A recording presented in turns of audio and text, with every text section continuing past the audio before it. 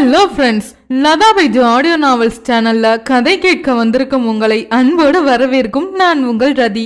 சேனலை இன்னும் சப்ஸ்கிரைப் பண்ணாதவங்க மறக்காம சப்ஸ்கிரைப் பண்ணிக்கோங்க. அப்படியே அந்த பெல் ஐகானையும் கிளிக் பண்ணிருங்க. அப்பதான் நாங்க போடுற ஆடியோ நாவல்ஸ்க்கான நோட்டிபிகேஷன்ஸ் உங்களுக்கு உடனுக்குடன் வந்து சேரும். இன்னைக்கு நம்ம கேட்க போற கதை எழுத்தாளர் லதா பைஜு எழுதிய இலக்கணம் மாறுமோ கதையின் ஆடியோ நாவலை தான் கேட்க போறோம்.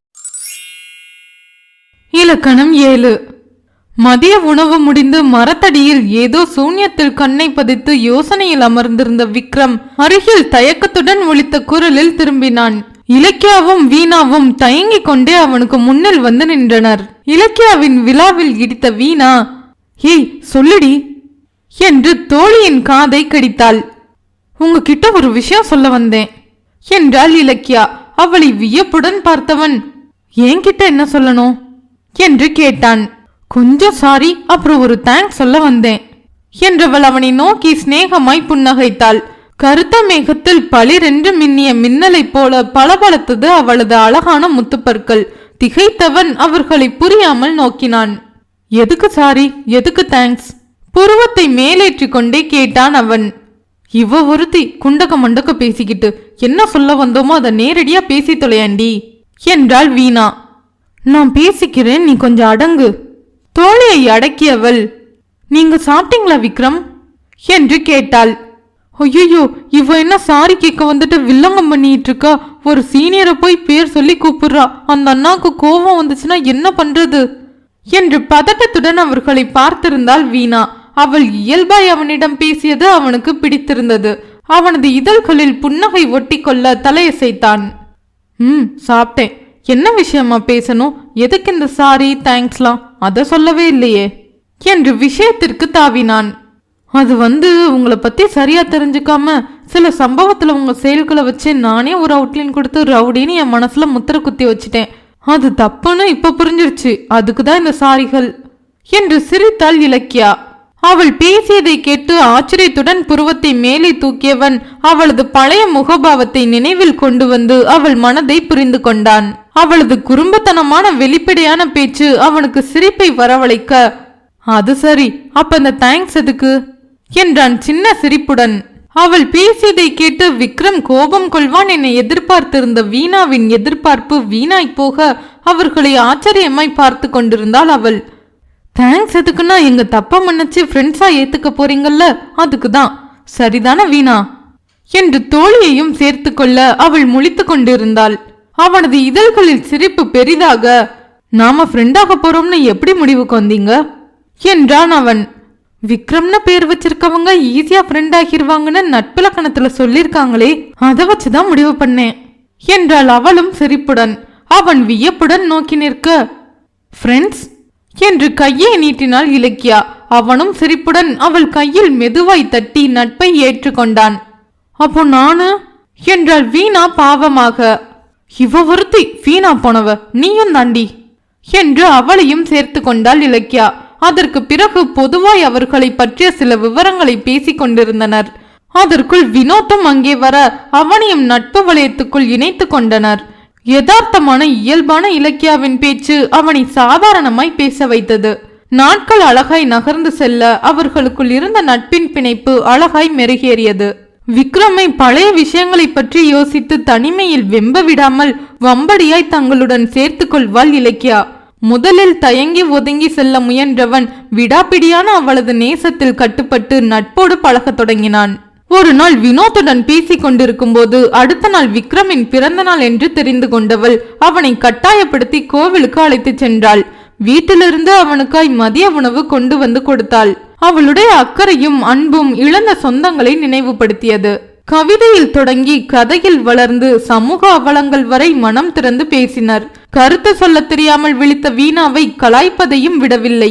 தன்னுடைய நிறத்தை பற்றி ஒவ்வொருத்தரும் கிண்டல் செய்வதை அவனிடம் கூறும் போதெல்லாம் நிறம் குணமல்ல, குணத்தில் அவர்களை விட நீ உயர்ந்தவள் என்று பாராட்டுவான்.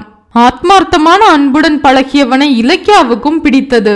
அவளது கலகலப்பும் அக்கறையும் தைரியமும் விக்ரமின் ரணமான மனதை மயிலர்காய் வருடி செல்ல தொடங்கியது.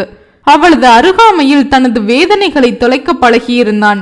நண்பனின் மனநிலை இலக்கியாவின் நட்பால் வெகுவாய் மாறியிருப்பதை அறிந்து வினோத்திற்கும் சந்தோஷமாய் இருந்தது.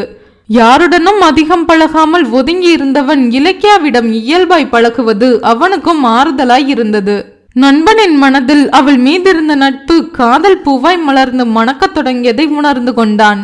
எதிர்காலத்தை பற்றிய நினைவுகள் ஏதுமின்றி இருந்தவனின் மனதில் இலக்கியாவின் வரவு பசுமையாய் நம்பிக்கையை விதைத்து செல்வதை அவளை பற்றி விக்ரமிடம் பேசும்போது புரிந்து கொண்டான். அவர்களது இறுதி செமஸ்டர் நெருங்கிக் கொண்டிருந்ததால் படிப்பில் கவனத்தை செலுத்த தொடங்கினர். புத்தகத்தை பார்த்து கொண்டு சிரித்து கொண்டிருந்த விக்ரமின் தோளில் கை வைத்த வினோத், என்னடா படிக்கும்போது சிரிச்சிட்டு இருக்க, அதுல அப்படி என்ன ஜோக் இருக்கு என்றான் சிரித்து கொண்டே. அது ஒன்னும் இல்லடா, நம்ம இலக்கியா எவ்வளோ குறும்பா கலகலப்பா இருக்கால்ல, நேத்து அவ பாட்டி கூட பேசி சண்டை போட்டுக்கிட்டு இருந்தத சொல்லிட்டு இருந்தா. பாட்டிங்க இப்படிலாம் கூட சண்டை போடுவாங்களா என்ன என்றான் சிரித்து கொண்டே. அவ பாட்டியும் இவளை போலவே குறும்பு பாட்டியா இருக்கும், அப்படி என்ன பேசி சண்டை போட்டாங்களாம் என்றான் வினோத். அவள் சொன்னதை நினைவில் வந்ததும் சிரித்தவன், நேத்து இலக்கியா வீட்டுக்கு போகும்போது வெண்ணிலா சாக்லேட்னு 2 ஃப்ளேவர்லயும் ஐஸ்கிரீம் வாங்கிட்டு போனாலாம். அம்மா வேண்டாம்னு சொல்லிட்டாங்களாம். அவ பாட்டிக்கு எது வேணும்னு கேட்டதுக்கு 2யும் பார்த்துட்டு, உன்ன மாதிரி கருப்பா இருக்கிற சாக்லேட் ஐஸ்கிரீமை நீயே வச்சுட்டு என்ன மாதிரி வெள்ளையா இருக்க வெண்ணிலா ஐஸ்கிரீமை எனக்கு கொடுன்னு சொன்னாங்களாம். அதை கேட்டதும் இலக்கியாவுக்கு சிரிப்பு வந்துருச்சான். இருந்தாலும் அவ பாட்டி கிட்ட விட்டு கொடுக்காம, இப்படி சொல்லிட்டேல உனக்கு ஐஸ்கிரீமே கிடையாதுன்னு எடுத்துட்டு போய் தனியா சாப்பிட்டாலாம். இந்த மாதிரி வீட்டுல ஒருத்தவங்க இருந்தா கலகலப்பா இருக்கும்ல என்றான் ஏக்கத்துடன். இலக்கியா இருக்க இடத்துல கலகலப்புக்கு பஞ்சம் எது, அவ பாட்டியும் அவளை போலவேதான் போல இருக்கு என்றவன் சிரித்து கொண்டிருந்த நண்பனையே ஒரு நிமிடம் உற்று நோக்கினான். விக்ரம், நான் ஒன்னு கேட்டா மறைக்காம உண்மையை சொல்லணும், சொல்லுவியா என்று கேட்டான். என்னடா, உனக்கு தெரியாத ரகசியமா என் வாழ்க்கையில என்ன இருக்கு, இப்படியெல்லாம் கேக்குற என்றான் விக்ரம். நீ இலக்கியாவை விரும்புறியா என்றான் அவன் முகத்தையே பார்த்து கொண்டு. அவனது நேரடியான கேள்வியில் சட்டென்று யோசனையாய் மாறியது விக்ரமின் முகம். எனக்கு தெரியலடா, ஆனா அவ என் பக்கத்துல இருந்தா என் மனசு எந்த கவலையும் இல்லாம அமைதியா இருக்கு. நமக்கும் வாழ்க்கை ஏதோ வச்சிருக்கு போல இருக்குன்னு ஒரு நம்பிக்கை வருது. அவளோட பேச்சை கேட்டுட்டே இருக்கணும் போல தோணுது. அவளோட சுபாவம் ரொம்ப பிடிச்சிருக்கு. அவ என் வாழ்க்கையில வந்த பிறகு என் மனசுல நிச்சயமா ஒரு வெளிச்சம் வந்திருக்கு. இப்படியெல்லாம் தோன்றதுக்கு பேர் தான் காதலான்னு எனக்கு தெரியலடா என்று நண்பனின் தோளில் ஆதரவாய் கை வைத்தான் வினோத். இதுக்கு பேர் தாண்டா காதல்.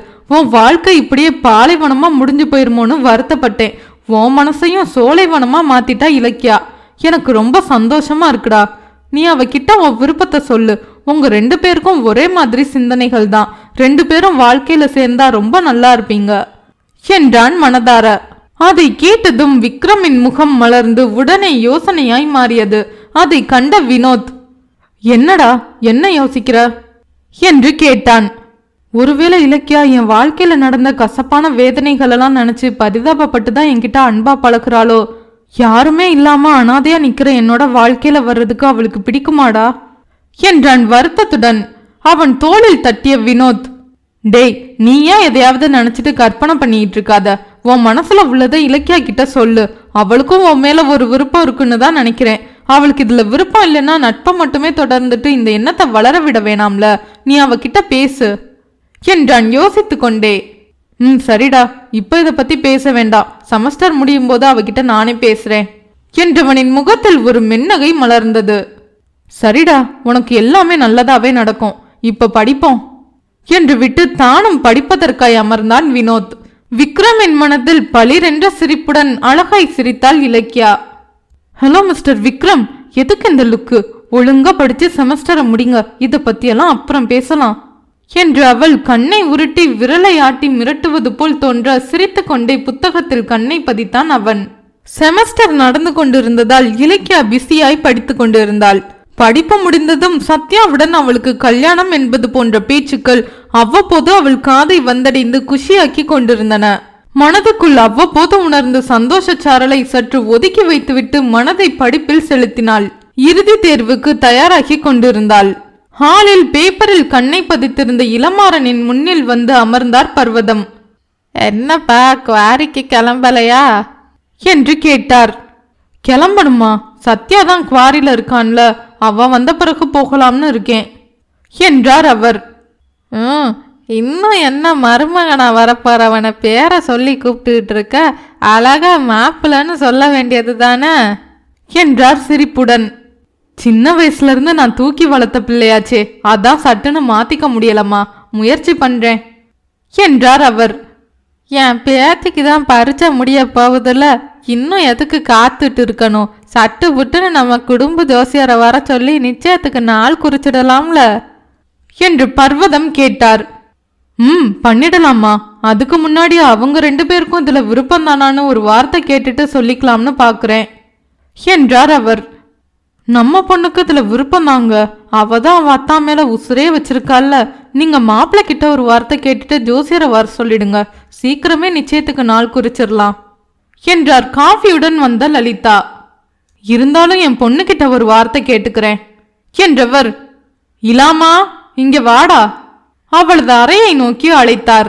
அவர்கள் பேசுவதை உள்ளிருந்து கேட்டுக்கொண்டு மனதுக்குள் கும்மாளமிட்டு கொண்டிருந்தவள் தந்தையின் குரலை கேட்டு தன்னை கட்டுப்படுத்தி கொண்டு அமைதியாய் ஹாலுக்கு சென்றாள். என்னப்பா, கூப்பிட்டீங்களா?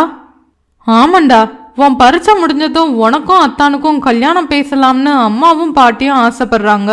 உனக்கு இதுல விருப்பம் தானடா? இல்லைனா தயங்காம அப்பா கிட்ட சொல்லிரு என்றார். அதை கேட்டதும் குப்பென்று அவள் முகத்தில் ரத்தம் பாய நாணத்துடன் தலையை குனிந்து கொண்டாள். ஒரு நிமிடம் நிதானித்தவள், உங்களுக்கு என்ன விருப்பமோ அதே செய்யுங்கப்பா, நீங்க எனக்கு எது செஞ்சாலும் நல்லதா தான் இருக்கும் என்று நல்ல மகளாய் வசனம் பேசிவிட்டு பாட்டியை பார்த்து கண்ணை சிமிட்டிவிட்டு அறைக்குள் ஓடிவிட்டாள். அதான் உன் செல்ல பொண்ணே சம்மதத்தை சொல்லிட்டு போயிட்டால, நடக்க வேண்டியதை பாரு என்றார் பர்வதம். சரிம்மா, உங்க விருப்பம் போலவே பண்ணிடலாம். சத்யா கிட்டையும் பேசிட்டு நான் நம்ம குடும்ப ஜோசியரை வர சொல்றேன் என்றார் இளமாறன். அதை அறைக்குள் இருந்து கேட்டுக்கொண்டிருந்த இலக்கியாவின் மனம் துள்ளி குதித்தது. ஐயையோ ஆனந்தமே, நெஞ்சுக்குள்ளே ஆரம்பமே. ஆனந்தமாய் பாடிக்கொண்டிருந்தவள் கதவு திறக்கப்படும் ஓசை கேட்டதும் அமைதியாய் அமர்ந்தாள். அவளுக்கு பின்னால் வந்து நின்ற பர்வதம், என்னடி கருவாச்சி, நான் சொன்னது என்னாச்சு? உனக்கும் என் பேரனுக்கும் தான் முடிவாச்சு என்று ராகமாய் பாட அவள் வெட்கத்தில் சிரித்தாள். பேத்தியின் கன்னத்தை வலித்த பர்வதம், என் பேத்தி உண்மையிலேயே கருப்பு ஐஸ்வர்யராயாக்கும். இந்த கருப்பு வைரத்தை கட்டிக்க என் பேரன் கொடுத்து வச்சிருக்கணும் என்றதும் முதலாய் பாட்டி தன்னை உயர்த்தி கூறிய வார்த்தையில் நெகிழ்ந்து போனவள், பாட்டி என்று அவரை கட்டிக்கொண்டாள். குறும்பு வார்த்தையிலும் அரும்பு பேச்சிலும் எங்களை அடிமையாக்கியவளே, எங்கள் வாழ்வு சிறக்க தெய்வம் தந்த விலையில்லா கருப்பு வைரம் நீ. கதை உங்களுக்கு பிடிச்சிருந்தால் லைக் பண்ணுங்க, கமெண்ட் பண்ணுங்க, மறக்காம ஷேர் பண்ணுங்க. நம்ம சேனல்ல தினமும் மதியம் 2:30 மணிக்கு இலக்கணம் மாறுமோ கதையின் பதிவுகள் தொடர்ந்து ஆடியோவா வரப்போகுது. Stay tuned with Latha Baiju audio novels.